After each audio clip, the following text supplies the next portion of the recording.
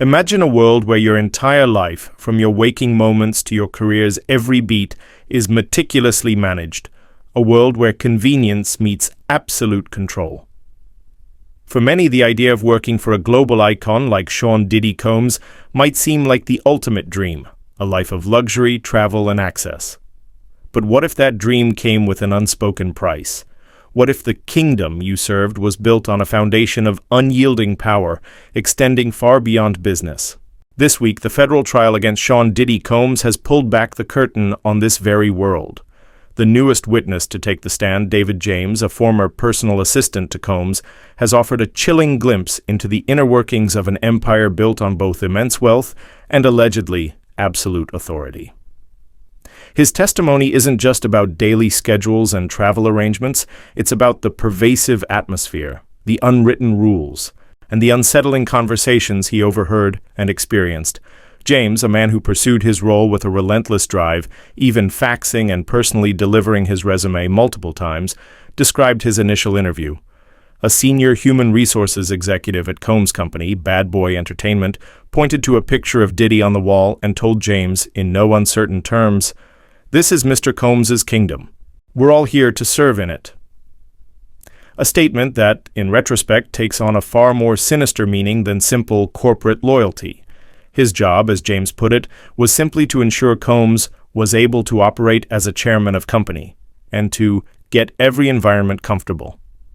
This meant working tirelessly, sometimes 3 weeks straight without a single day off, traveling around the world, coordinating everything from breakfast to high-level business decisions. He was in Diddy's presence every single day, a close, inescapable proximity to the man at the top. But within this kingdom, there were unspoken rules, especially concerning Combs' security staff. James testified that he was often told to stay in my lane, particularly if he dared to ask too many questions. He knew, instinctively, not to mess with them, to listen to them. What did he see or hear that instilled such caution in a seasoned assistant? What secrets were guarded by this silent, watchful presence? The most heart-wrenching part of James's testimony, however, comes when he recalls a specific conversation with Cassie Ventura herself. While in Miami, on a dock on Star Island, a seemingly idyllic setting, Ventura allegedly turned to him and uttered words that will haunt anyone who hears them. "Man, this lifestyle is crazy." And when James, perhaps out of genuine concern, suggested she leave, her response was chilling. She allegedly told him, I can't get out." She explained why she felt trapped, allegedly telling James that Combs controlled her music career, paid for her apartment, and provided her with an allowance. This profound sense of being unable to escape, corroborated by an outside observer who witnessed the daily reality, paints a stark picture of alleged dominion and psychological captivity. It echoes previous testimony from Cassie Ventura herself, who described signing a 10-album contract with Bad Boy Records and Diddy's pervasive control over her life. David James's testimony provides a crucial insider perspective, not just on the alleged abuses, but on the very structure of the kingdom Combs supposedly built. It's a testament that aims to solidify the prosecution's sex trafficking charges by focusing on the core elements of force, coercion, and violence. Welcome back to Sea Trends. David James's account of working for Sean "Diddy" Combs is unlike anything we've heard so far. But what other shocking details did he reveal about the private life and alleged behaviors of the music mogul? And how will his first-hand observations of Diddy's supposed kingdom impact the unfolding federal trial?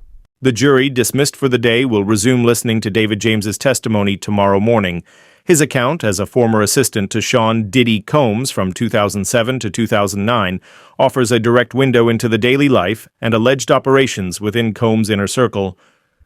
The prosecution is meticulously building their case, aiming to solidify sex trafficking charges by demonstrating Combs' alleged pervasive control over Cassie Ventura. Legal analyst Mercedes Colwin highlighted how James's testimony directly supports this strategy. "It all goes back to the sex trafficking," Colwin explained, "and we already heard from Cassie Ventura that she was a recording artist that had signed a contract with Combs and then ultimately became a sex worker. And that means when you look at those charges of sex trafficking, it's force, coercion, violence. That's why talking about the violence and the level of control continues to solidify those specific charges against Combs. Ventura herself had previously testified to signing a 10-album contract with Combs Bad Boy Records and how the music mogul allegedly exerted control over various aspects of her life. James's testimony reinforces this, providing a crucial, independent observation of that alleged control. One of the most impactful parts of James's testimony was his recollection of a conversation with Cassie Ventura in Miami. On a dock on Star Island, a place that should have been beautiful and carefree, Ventura allegedly confided in him, saying, "Man, this lifestyle is crazy." When James, perhaps out of concern, suggested she leave, her alleged response was heartbreaking. I can't get out." Ventura then allegedly detailed why she felt trapped, telling James that Combs controlled her music career, paid for her apartment, and gave her an allowance.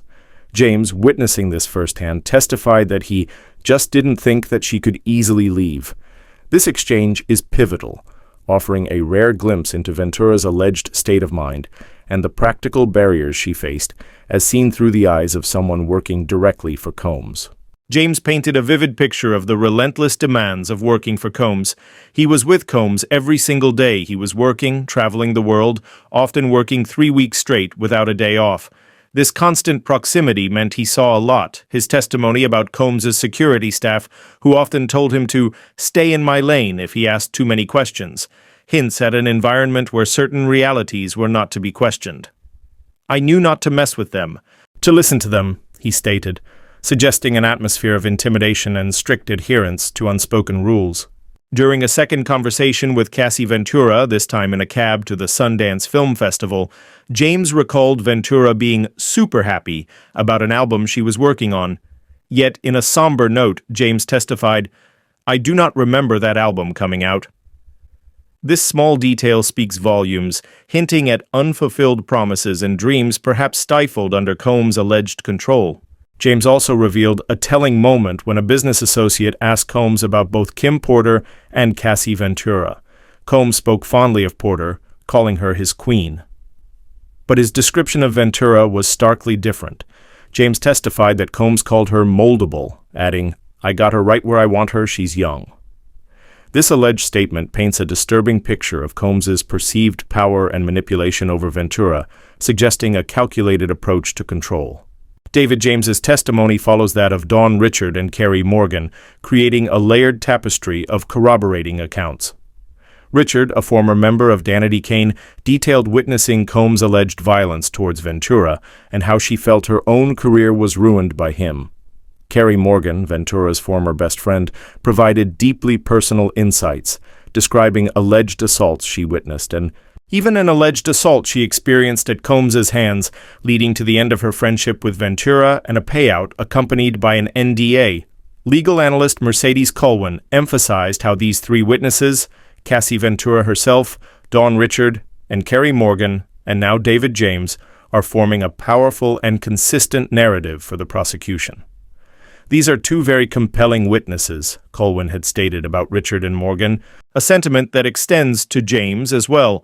Their collective testimonies aim to show a pattern of behavior, a level of control, and alleged violence that strengthens the racketeering and sex trafficking charges against Sean Diddy Combs. As the court takes a lunch break and prepares for more witnesses, including an escort, Sheree Hayes and Cassie Ventura's mother, Regina Ventura, the gravity of this trial continues to intensify. Each testimony adds another piece to the complex puzzle of what truly transpired within Sean Diddy Combs' alleged kingdom. David James's candid revelations about working for Diddy and his observations of Cassie Ventura paint a truly unsettling picture.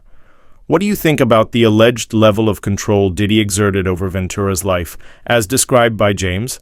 Does this testimony shift your perspective on the case? Share your thoughts in the comments below. To ensure you don't miss a single crucial detail of this high-stakes trial and all the latest celebrity news, make sure you hit that subscribe button and turn on notifications for C Trends. We're committed to bringing you the truth behind the headlines. For a deeper understanding of the legal concepts at play, or to revisit the powerful testimonies of Cassie Ventura, Dawn Richard, and Carrie Morgan, thank you for watching C Trends. We'll continue to bring you the most in-depth coverage and analysis of this landmark case. We'll see you in our next update.